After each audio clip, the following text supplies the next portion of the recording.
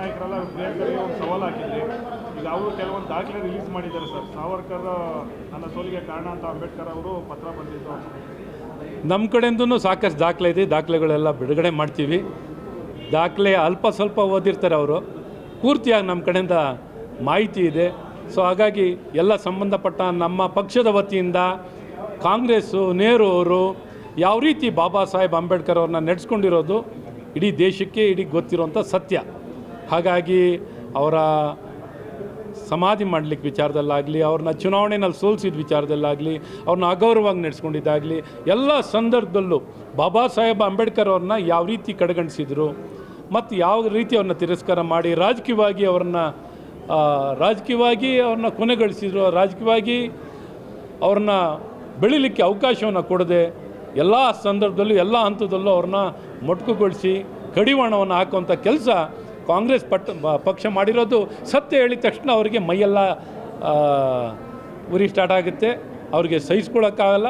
ಸತ್ಯ ಯಾವಾಗಲೂ ಹೇಳ್ತಿರ್ತಾರಲ್ಲ ಸಿದ್ದರಾಮಯ್ಯನವ್ರು, ಸತ್ಯ ಕಹಿ ಇರ್ತದೆ. ಹಾಗಾಗಿ ಕಾಂಗ್ರೆಸ್ ಪಕ್ಷಕ್ಕೆ ಯಾವಾಗಲೂ ಕಹಿ ಆಗಿರುತ್ತೆ.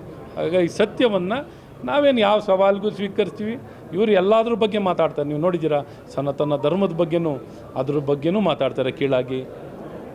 ನೀವು ಯಾವ ವಿಚಾರ ನೋಡ್ರಿ, ಬಾಯಿಗೆ ಬಂದಿದ್ದು ಮಾತಾಡಬೇಕು ಅಂದರೆ ಅವ್ರ ಹತ್ರ ಹೋಗಿ ಕಾಂಟ್ಯಾಕ್ಟ್ ಮಾಡಬೇಕು. ಸರ್, ಆಮೇಲೆ ಈಗ ಸಾಂಘಿಕರಲ್ಲೂ ಕೂಡ ನೀವು ಸನಾತನ ಧರ್ಮ ವಿಚಾರ ಹೇಳಿದ್ರಿ. ಸಾಂಘಿಕರಲ್ಲಿ ಈಗ ಕಾವೇರಿ ಆರತಿ ಮಾಡೋದಕ್ಕಿಂತ ಒಂದು ಪ್ಲ್ಯಾನ್ ಮಾಡೋದಕ್ಕೆ ತಯಾರಿ ಮಾಡ್ಕೊಂಡಿದ್ದಾರೆ. ಅದು ನೀವು ಕೇಳಬೇಕು, ಸಂಬಂಧಪಟ್ಟ ಸಚಿವರು, ಇಲಾಖೆಯವ್ರನ್ನ ಕೇಳಿ ಏನು ಎತ್ತ ಅಂತ ಸಂಪೂರ್ಣ ಮಾಹಿತಿ ತಗೊಳ್ಳಿ. ಪಾಪ ಯಾವ ವಿಚಾರದಲ್ಲಿ ಯಾಕೆ ಏನು ಮಾಡ್ತಿದ್ದಾರೆ ಅಂತ ನೀವು ಕೇಳಿಕೊಂಡ್ರೆ ಒಳ್ಳೇದಿರ್ತದೆ. ಅದು ಒಂದು ಸರ್ಕಾರವಾಗಿ ಮಾಡ್ತಿದ್ದಾರೆ, ಅವ್ರನ್ನ ಸರ್ಕಾರವನ್ನು ನೀವು ಕೇಳಿ, ಆ ಸಂಬಂಧಪಟ್ಟ ಇಲಾಖೆಯವ್ರನ್ನ ಕೇಳಿದ್ರೆ ಸೂಕ್ತ ಇರುತ್ತೆ ಅಂತ ನಾನು ಹೇಳಕ್ಕೆ ಇಷ್ಟ. ಮುಸ್ಲಿಮರಿಗೆ 4% ಮೀಸಲಾತಿ, ಮತ್ತೊಂದು ಕಡೆ ಹಿಂದೂಗಳ ಬಗ್ಗೆ ಸಾಫ್ಟ್ ಕಾರ್ನರ್ ಅಂತ.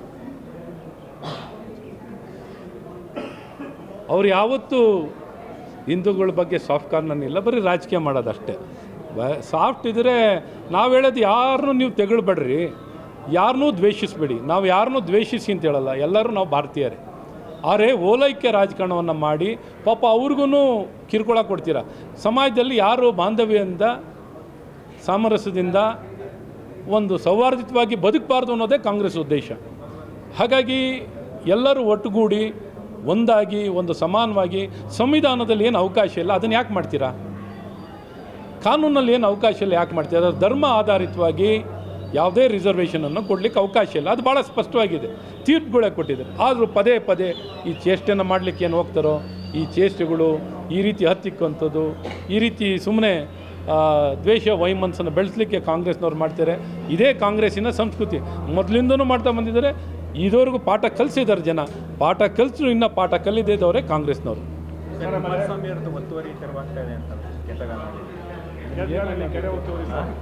ಅದು ಸಂಬಂಧಪಟ್ಟ ಇಲಾಖೆಯವರು ಏನೇನು ಮಾಡ್ತಿದ್ದಾರೆ ಅಂತ ಪ್ರತಿನಿತ್ಯ ಮಾಧ್ಯಮಕ್ಕೆ ತಿಳಿಸೋದು ಒಳ್ಳೆಯದು. ಏನಾಗಿದೆ, ಏನು ಬಿಟ್ಟಿದೆ ಅನ್ನೋಂಥದ್ದು ಮಾಧ್ಯಮದ, ಕಂದಾಯ ಸಚಿವರು, ಫಾರೆಸ್ಟ್ ಇಲಾಖೆಯವರು, ಇನ್ನೊಬ್ಬರು ಮತ್ತೊಬ್ಬರು ಯಾರ್ಯಾರು ಇದ್ದಾರಲ್ಲ, ಯಾರ್ಯಾರು ದ್ವೇಷದ ರಾಜಕಾರಣ ಮಾಡ್ತಿದ್ದಾರಲ್ಲ ಅವರೆಲ್ಲ ಬಂದು ಮಾಹಿತಿ ಕೊಡುವಂಥದ್ದು ಮಾಡಿ. ಸರ್, ಹಾಗಾದರೆ ಕುಮಾರಸ್ವಾಮಿ ವಿಚಾರದಲ್ಲಿ ದ್ವೇಷದ ರಾಜಕಾರಣ ಸರ್ ಮಾಡ್ತಿರೋದು? ಇನ್ನೇನು ಮಾಡ್ತಿದ್ದಾರೆ? ಮೇಲೆ ದ್ವೇಷದ ರಾಜಕಾರಣ ಮಾಡ್ತಿದ್ದಾರೆ, ಇನ್ನೇನು ಪ್ರೀತಿ ರಾಜಕಾರಣ ಮಾಡ್ತಾರೆ ಅವರು? ಇದಕ್ಕೆ ಬಿಜೆಪಿ ಕೇಂದ್ರ ನಾಯಕರು ಏನು ಹೇಳ್ತಾರೆ ಅಂತ ಕೇಳ್ತಾ ಇದ್ದಾರೆ ಸರ್. ಒತ್ತುವರಿ ಮಾಡ್ಕೊಂಡು ಇಲ್ಲಿ ಇವ್ರು ಇಲ್ಲಿ ಕಾನೂನು, ಇವ್ರು ಸರ್ಕಾರ ಅಧಿಕಾರ ಕೊಟ್ಟಿರ್ತಾನೆ, ಪೆನ್ನು ಪೇಪರ್ ಕೊಡಿ ಅಂತ. ಪೆನ್ನು ಪೇಪರ್ ಕೊಟ್ಟಿದ್ದಾರೆ, ಹೆಂಗೆ ಬೇಕೋ ಬರ್ಕೋತಿದ್ದಾರೆ, ಏನೇನು ಬೇಕೋ ಮಾಡ್ತಾ ಇದ್ದಾರೆ. ಅದೇ ಈ ಸರ್ಕಾರದ ಕೆಲಸ. ಪೆನ್ನು ಪೇಪರ್ ಕೊಟ್ಟಿದ್ದಾರೆ, ಬರೆಯೋದೇ ಬರ್ತಾರೆ, ಬರೆದು ಆಗ್ತಾನೆ ಇದ್ದಾರೆ. ಅದೇ ಈ ಸರ್ಕಾರದ ವಿಶೇಷತೆ. ದ್ವೇಷ, ರಾಜಕೀಯ ಪ್ರೇರಿತವಾಗಿ ಕೆಲಸ ಮಾಡ್ತಿರೋದೇ ಇವ್ರದ್ದು USP.